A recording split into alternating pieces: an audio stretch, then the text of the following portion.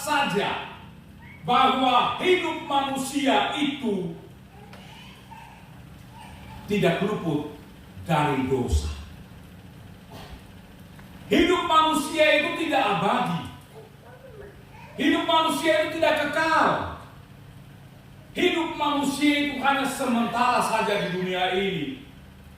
Kita mengembara sementara saja, kemudian kita pergi dan hidup kekal tanpa batas bersama dengan Allah di sana. Bapak Ibu, saudara-saudari, kaum muda dan adik-adik sekalian yang Tuhan Yesus cintai dan kasihi, maka pergunakanlah waktu kita sebaik-baiknya.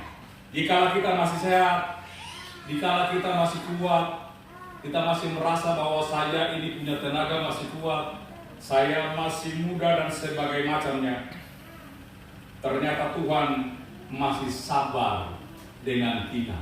Walaupun kita tidak menghasilkan apa-apa, seperti pohon ara di dalam Injil tadi, dia tidak menghasilkan apa-apa. Tebang saja itu. Tebanglah pohon ara itu. Untuk apa dia hidup di tanah ini dengan percuma? Tebang saja. Kata pengurus kebun itu. Jadi pengurus kebun itu adalah Tuhan. Yang dia katakan, Tuhan, biarkanlah dia tumbuh tahun ini lagi.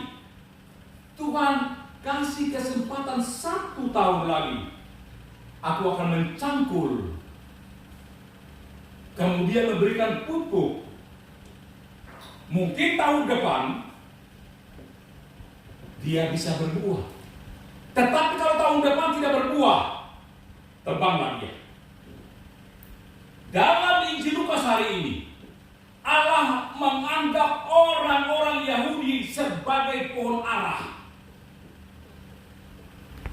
Ketika Allah tidak menemukan buah pohon ara itu, dia hendak menebangnya. Tetapi Tuhan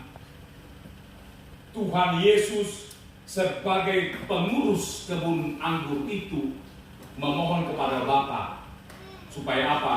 Supaya tidak menebang pohon ara itu. Ini artinya Tuhan memberikan kesempatan untuk kita berbuah. Tuhan memberikan kesempatan untuk kita bertobat. Ini artinya bahwa Tuhan masih memberikan kesempatan kepada kita untuk bagaimana kita mengintrospeksikan diri kita selama kita hidup. Apakah saya ini berkenan kepada Tuhan atau tidak? Maka itu perlu mengintrospeksi diri, bertobat dari dosa-dosa kita, dan menghasilkan buah. Menghasilkan buah yang menjadi berkat bagi banyak orang. Sebelum semua menjadi terlambat.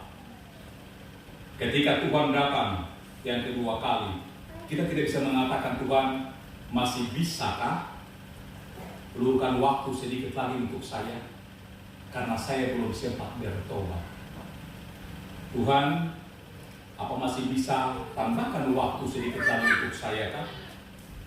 Saya belum sukses. Tuhan, tambahkan lagi waktu sedikit untuk saya kah? Saya belum menikah. Apakah bisa kita menawarkan Tuhan untuk hal ini? Bapak saudara-saudari, di sini dikatakan, jangan sampai terlambat. Kalau sudah terlambat, maka waktu telah berlalu dan dia tidak akan kembali.